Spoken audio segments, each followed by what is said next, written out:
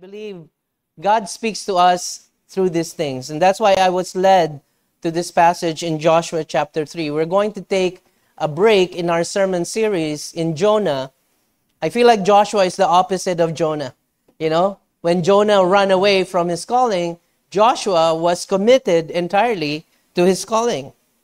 So in the past few weeks, we have been on this roller coaster ride kind of experience.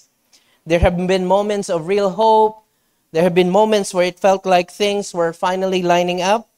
Then just as quickly, there were dips, unexpected turns, delays, and questions we didn't have answers to. And that can wear you down. It stirs all sorts of emotions, excitement, anxiety, faith, doubt. It's a mixed bag of many things. And some days it feels like the promised land is within reach. Other days it feels like it's miles away. That's why I felt led to this passage.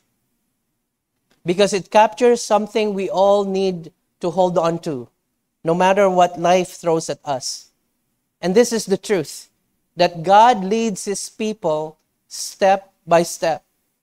Not with a big, massive, detailed blueprint, but entirely with His presence. So today, whether you're feeling fired up or worn down or whatever emotions you're going through, whether you're confident or just clinging on to hope, this message is for all of us. I'd like us to really pay attention to what God says to Joshua and his people, because it might be the very same things that God wants us to hear today. Heavenly Father, we commit your word this morning.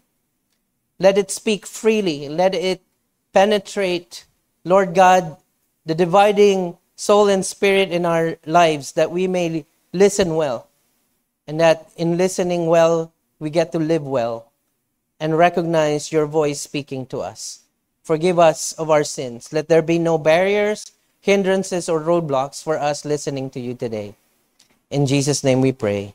Amen.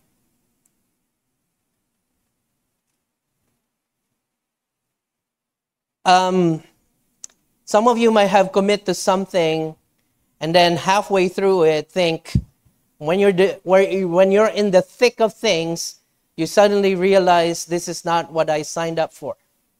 That's how we felt many years ago when we first came to Canada. You know, being immigrants from the Philippines, you have this hope, you have this thinking that you're going to come here with the better life and it's going to happen within a few days. You know, as if you snap your finger and things gloriously change. Then the cold hits you and the career you're dreaming of eludes you. I remember arriving at the airport May 2nd, 1994. That's the day we arrived. So that's over how many years now? Over 30 years ago. And I was wearing a shirt and a pair of jeans. And as soon as I stepped out of the airport, it's 8 degrees. I came from a country, on average, it's 30 or 40 degrees. I immediately went back to the airport. This is not what I signed up for. It was already cold for me. Or maybe you get a bookcase at IKEA, and then as you're assembling it, you realize you need a full-blown engineering degree to get it assembled. Or maybe you asked or said yes to helping a friend move, and suddenly you realize they live on the 3rd floor and they have a big piano that they own. And so you're now committed. This is not what I signed up for. Or maybe you became a parent. You're Barney, TL, dreaming of bedtime stories and cuddles, all the nice stuff that comes with raising an infant, but instead, later on, you're arguing with them about why crayons don't go on walls. So sometimes in life, you step in with hope, but instead of hope, instead of bright things, you're hit with confusion. Why is this happening? Didn't the Lord lead me at this point in my life? And I thought He was going to be here. I thought He was going to open doors and open pathways, but instead I'm hit with this big barrier in front of me. You say yes to something God is leading you, only to find out you're standing in front of something you're not able to cross. That's where the people of Israel were in Joshua chapter 3. And it's overwhelming to grasp the full significance of this moment for them. Because when they left Egypt, all 2 million plus people, when they left Egypt, they were thinking this is going to be a 2-week journey at most. The 2-week journey turned into a 40-year monumental saga in the desert. Can you imagine being stuck with your family on a trip that never ends? That's fun, right? There are trips that are just very long. No one signed up for that kind of pilgrimage, but this is where the Israelites found themselves. And they had to endure it. And it's all because of their own action and God achieving something much better for them. Remember, God promised them their own land. They have been waiting for this moment at the standpoint of being faced with a final obstacle. A river in front of them that still is in the way of them claiming this promised land. Hearts are growing faint at this point. Bodies are weak. They have endured so much trauma. They have endured so much tragedy during this 40 year of travel in the desert. The first thing that we are going to talk about, a lesson that we want to carve out from Joshua chapter 3, is God's promise gives us courage to move. God's promise gives us courage to move. We'll find that in the first 6 verses. Let's start with the first verse. Early in the morning, Joshua and the Israelites set out from Shittim and went to the Jordan, where they camped before crossing over.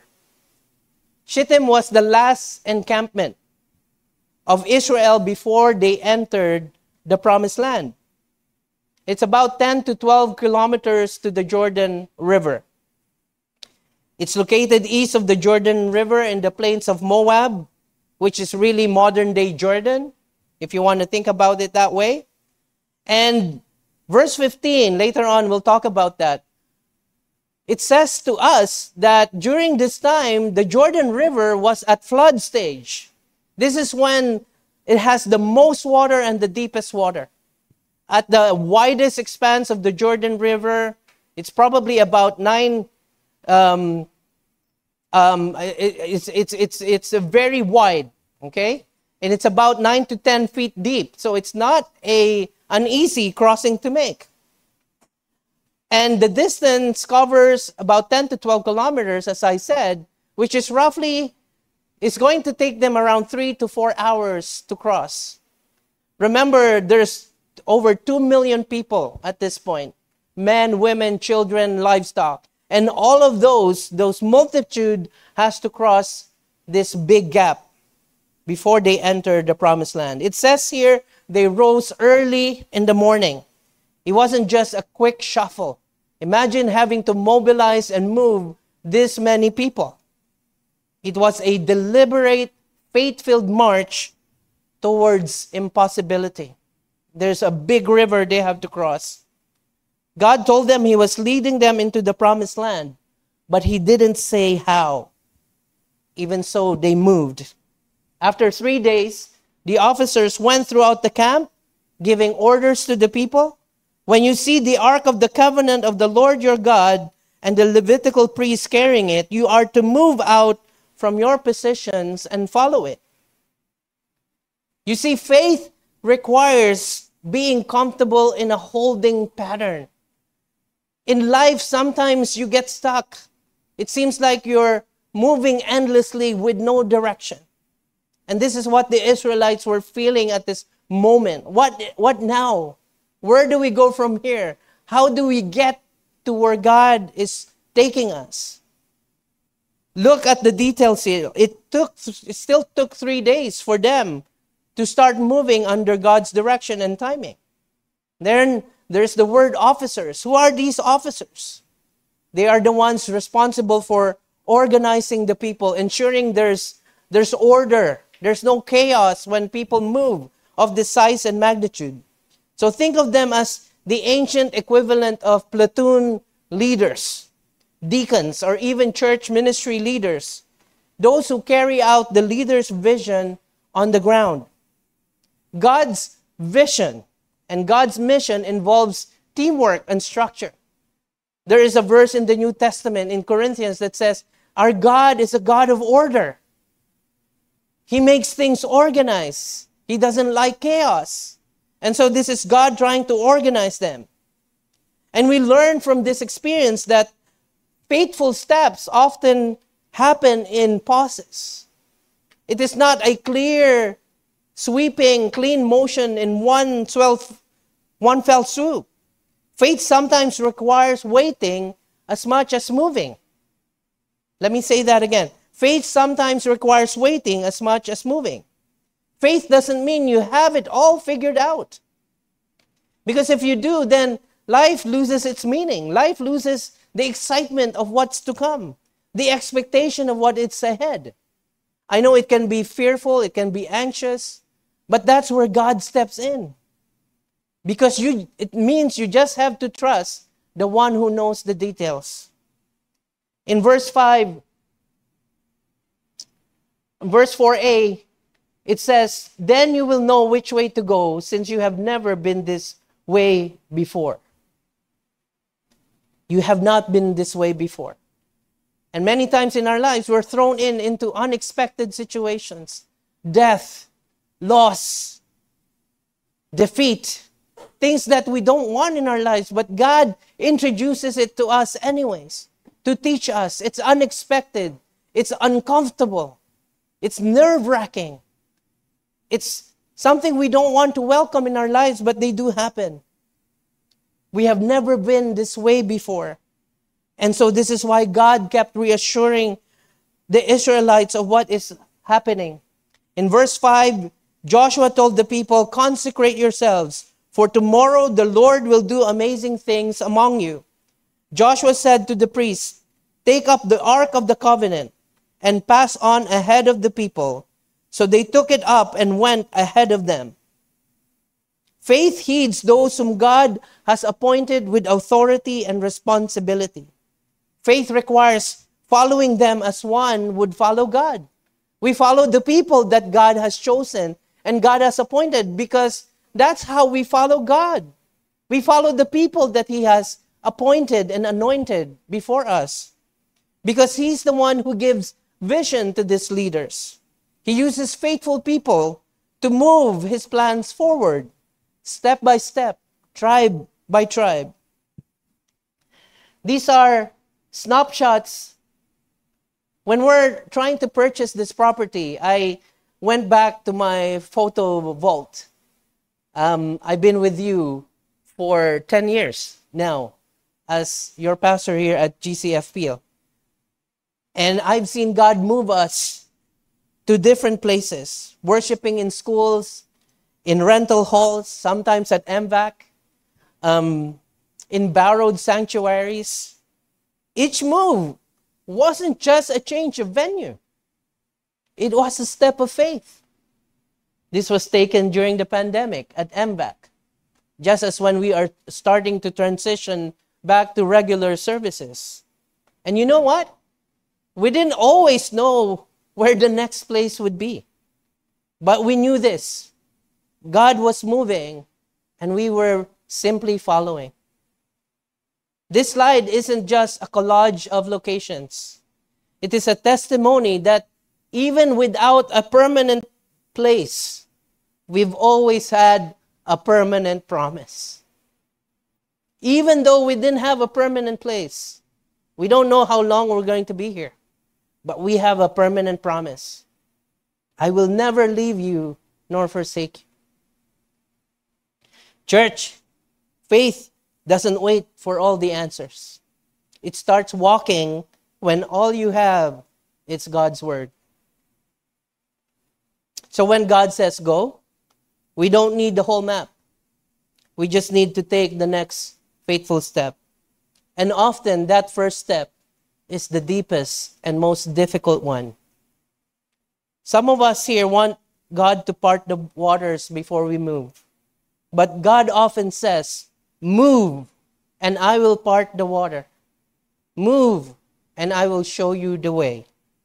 Maybe in your life right now, it's not about having all the answers. It can feel paralyzing. What do I do next? What is ahead of me? It's about saying yes to the next step that He's taking you or asking you to take. But the terms of obedience is not going to be under your own. It has to be under the truth of God's Word. If you put a different terms of obedience, then you're in trouble. And church, we're in the same place. God's been steering us. God's been showing us the potential. God's been showing us what's possible. Leading us, calling us to step forward even when the path is not fully clear. Our second point, for our second lesson we draw out from this experience by the Israelites in Joshua chapter 3 is not only does God's promise gives us courage to move, God's presence gives us confidence in the unknown. Here's what makes the story even more powerful. And as I mentioned this already, the river was at flood stage. This is the most treacherous conditions in the season of the year for the Jordan River. This wasn't a gently flowing stream of water. It was wild, it was dangerous. And God still says, step in. Step into the mess, step into the fray. Be counted, be bold, be courageous. And in verse 7, the Lord said to Joshua, today I will begin to exalt you in the eyes of all Israel, so they may know that I am with you as I was with Moses. Tell the priests who carry the Ark of the Covenant, when you reach the edge of the Jordan's waters, go and stand in the river. Remember this, remember that. When you reach the edge of the Jordan's waters, the waters that's raging, and it could sweep anyone, any number of people, or any obstacle or any object will be swept away. The Lord says, go and stand in the river. At the edge of danger, God says, step in. Now you're thinking, this is just reckless and irresponsible. And that's what faith can feel like sometimes, right? But we know there is a good reason to stand at the edge of danger, not because you're being reckless, it's because God has given you the courage to stand on. Today, God says, today I will begin to exalt you, He says to Joshua. This is a pivotal moment for Joshua's leadership. This isn't ego boosting, it's leadership validation for the sake of the people's confidence. God's presence not only leads us into the unknown, it also equips us and affirms those He calls to lead the way. Stand still here implies stability, trust, obedience. The Jordan River is deeply symbolic in the Bible. We see it here. We'll see it later in 2 Kings chapter 2 when Elijah and Elisha had a deep moment of transformation in the river. Both of them also parted the Jordan River. And in the New Testament, this is where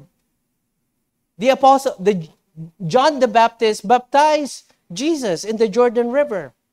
The water may not have parted during the time of Jesus' baptism, but in Mark chapter 1 verse 10, it tells us the heavens parted. It was more of a divine imparting of God's message to us. This is my Son in whom I am well pleased. And for that sake, the Jordan River has become deeply symbolic to us in modern history.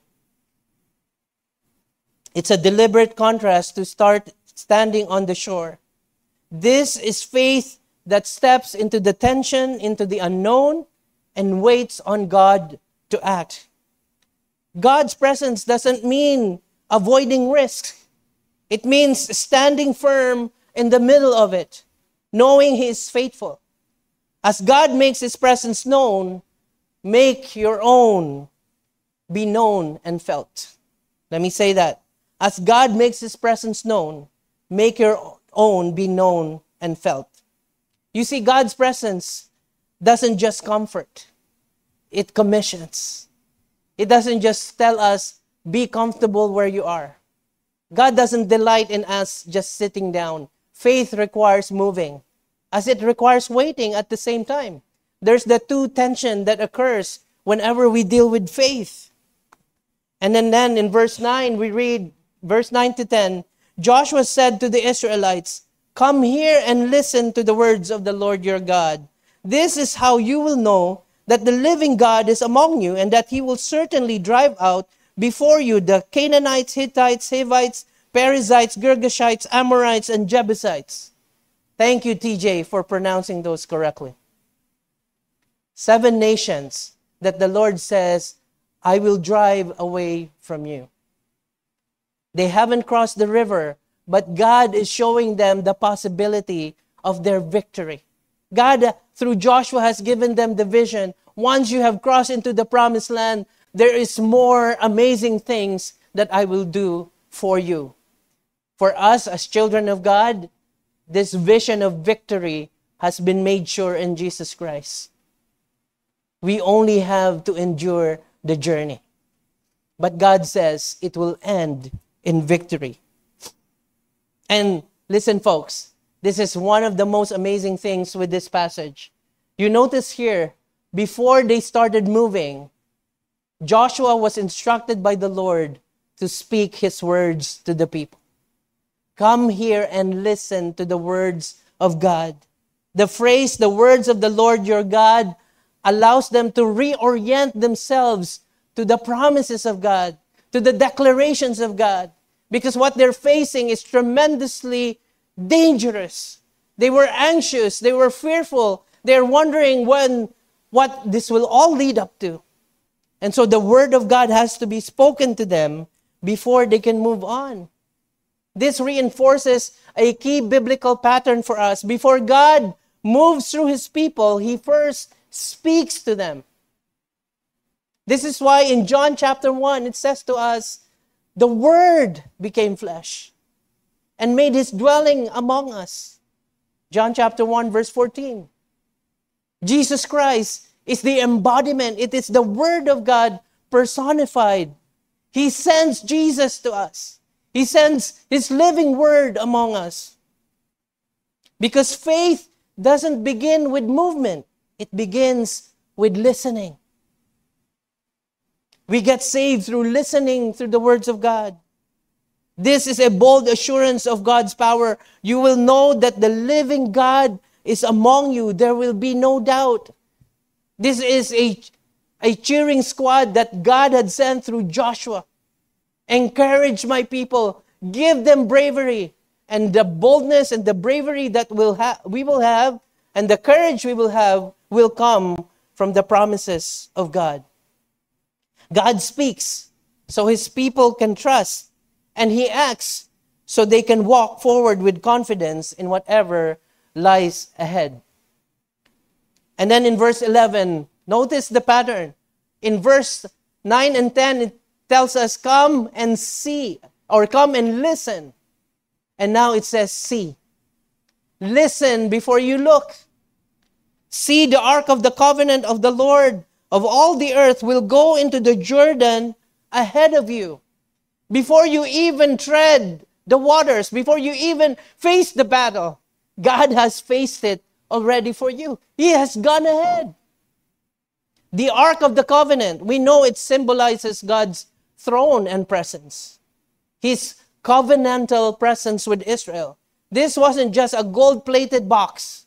It was a sign that God Himself was leading the way. This is why God asked the Ark of the Covenant to move ahead of the people. It will go into the Jordan ahead of you. God doesn't send His people where He hasn't gone first. The priest carrying the ark enter first. God enters the chaos before his people do. This is a call to trust God's leadership, even when the path is uncertain or overwhelming. And who did this for us? Jesus Christ. Christ went to the cross so that we don't have to. Christ went to the tomb so we don't have to. And Christ rose from the dead so you and I can share in that victory. God never calls us to take a step that he hasn't already taken for us. The crossing of the Jordan wasn't about bravery. It was about believing that God's presence goes ahead even when the waters haven't parted yet. And in verse 13 we read, "And as soon as the priests who carried the ark of the Lord of all the earth, set foot in the Jordan, its waters flowing downstream will be cut off and stand up in a heap." The waters will be cut off. There is certainty. There is assurance. And God often waits for our obedience before revealing his power. It's when we put our foot in the water, trusting him with no backup plan. And sometimes we fail God because whatever we think God will do, we try to come up with a backup plan anyway, right? What we commit for in prayer, as soon as we commit that in prayer, we're coming up with schemes on how to do it just in case God doesn't live up to his word, don't we? But trusting him means trusting him fully at face value. When he says he's going to do it, we need to take him for his word.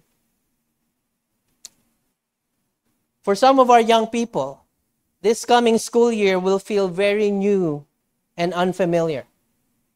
New lessons to learn, new campus to navigate.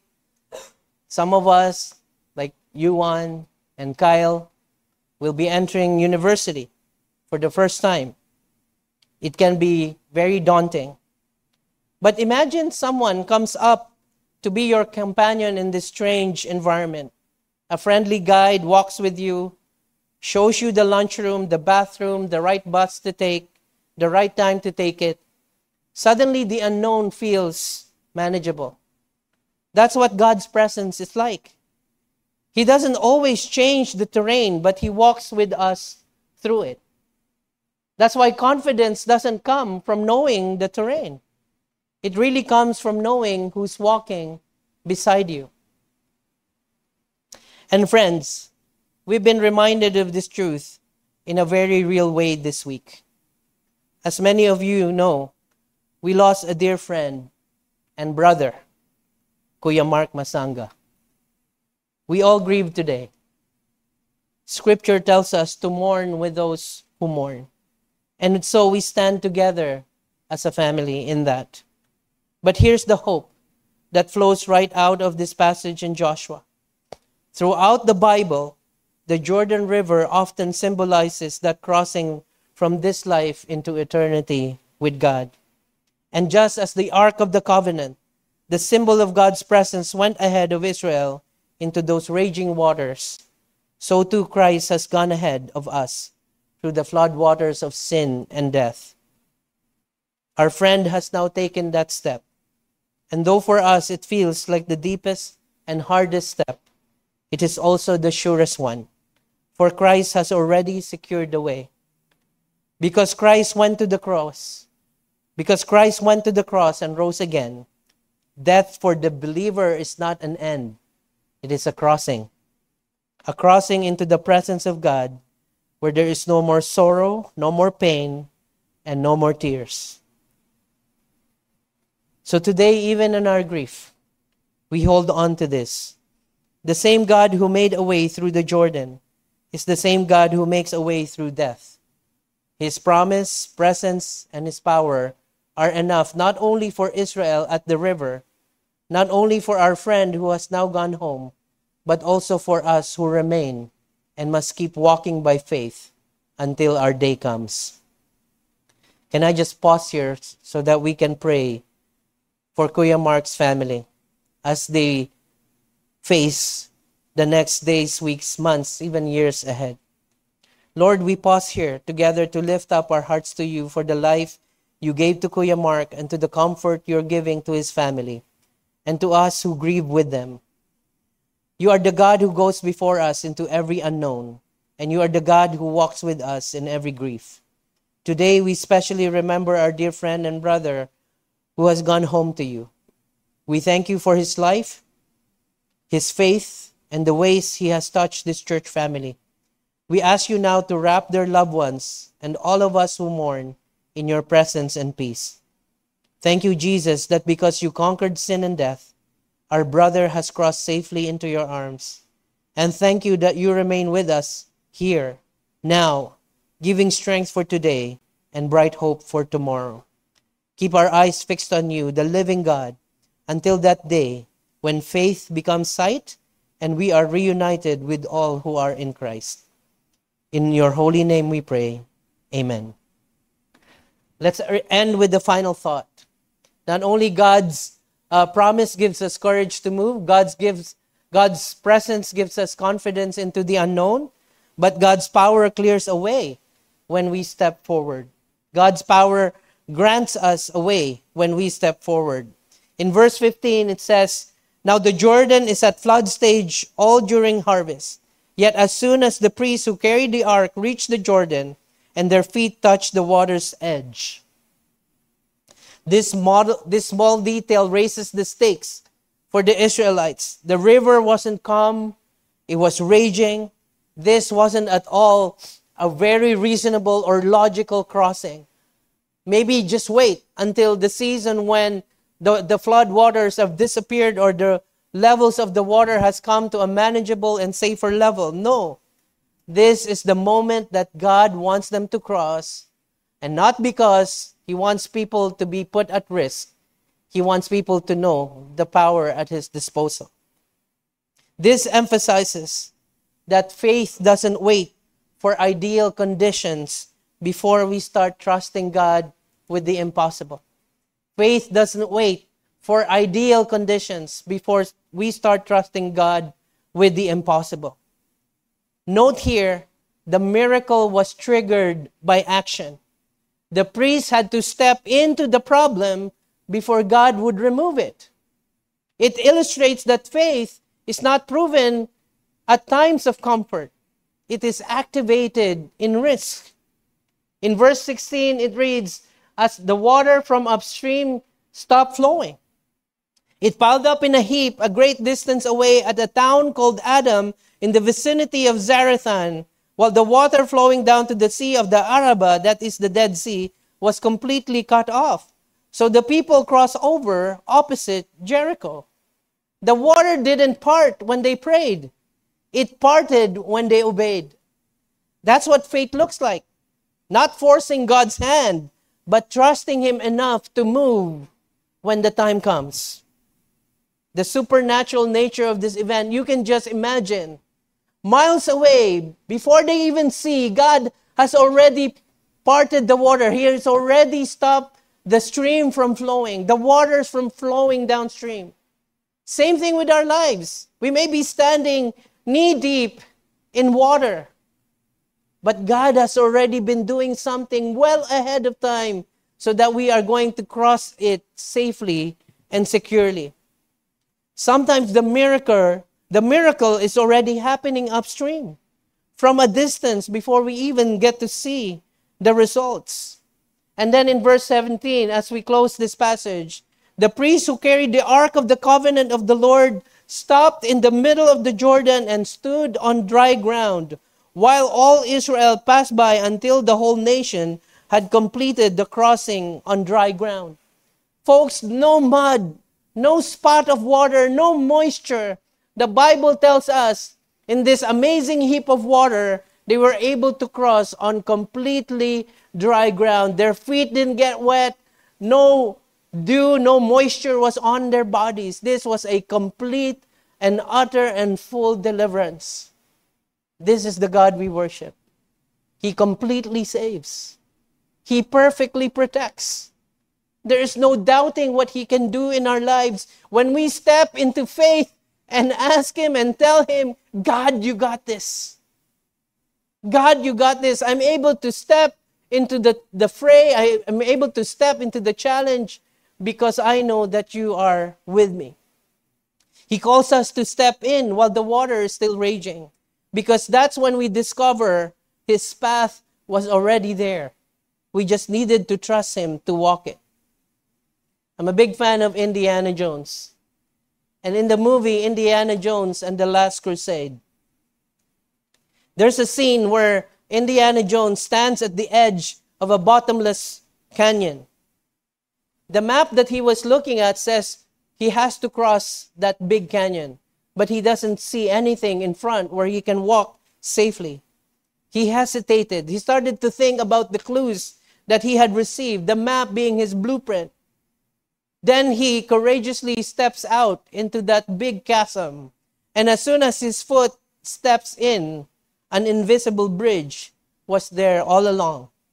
It only became visible when he moved. That's how God often works.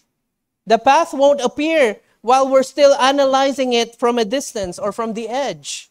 Sometimes you won't see the miracle until you take the deepest and most difficult first step. This is why the title of the sermon, when the first step is the deepest. As a church, we believe that if we walk forward in faith, God will make a way. Not always the way we expect. The search for a permanent home might still be eluding us today. But always, let us pray that the way that brings honor to Him is the one that happens at His own time and not our own. In God and with Him, faith isn't a leap into darkness. It's a step toward Him who's already made a way. Let me tie it up as we close. God's promise gives us the courage to move. His presence gives us the confidence to keep going. And His power clears paths when we take the next step in faith.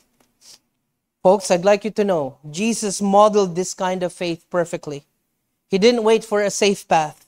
He walked into suffering, into the unknown, into the cross, trusting the Father. The Bible tells us while we were yet sinners, Christ died for us. While we were in a mess, while we were in a bind, while we were in trouble, Christ did the impossible thing. He died for His enemies, us. And because He did, we now walk in freedom. So whether we see the flood subsiding or whether they stay here for a while longer, we're going to keep moving forward in faith, because that is what God wants us to do. Let us be a church that doesn't wait for certainty to say yes. Let's walk with Jesus right into it, because He's already gone ahead of us. Let us pray. Father, we thank You that in every season of our lives, in every crossing and in every unknown, Your presence goes before us. Today we've seen how You led Your people through the Jordan River, when the waters were deep and the path was impossible. And Lord, how much more have You led us through Jesus, who stepped into the flood of our sin, who carried the weight of our guilt, who made a way where there was no way.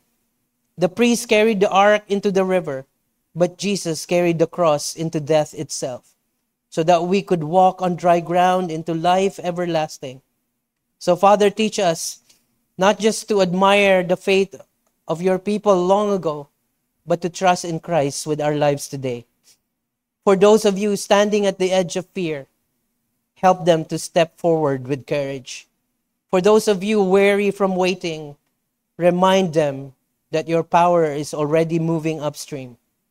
For those of you uncertain about tomorrow, fix your eyes on Jesus, the one who has already gone ahead and who will never leave them behind. Lord, as we leave this place, may we not just talk about our faith. May we walk in faith, rooted in the gospel, guided by Your Spirit, and committed to Your mission. We pray all this in the mighty name of Jesus, who makes a way where there is no way. Amen and amen.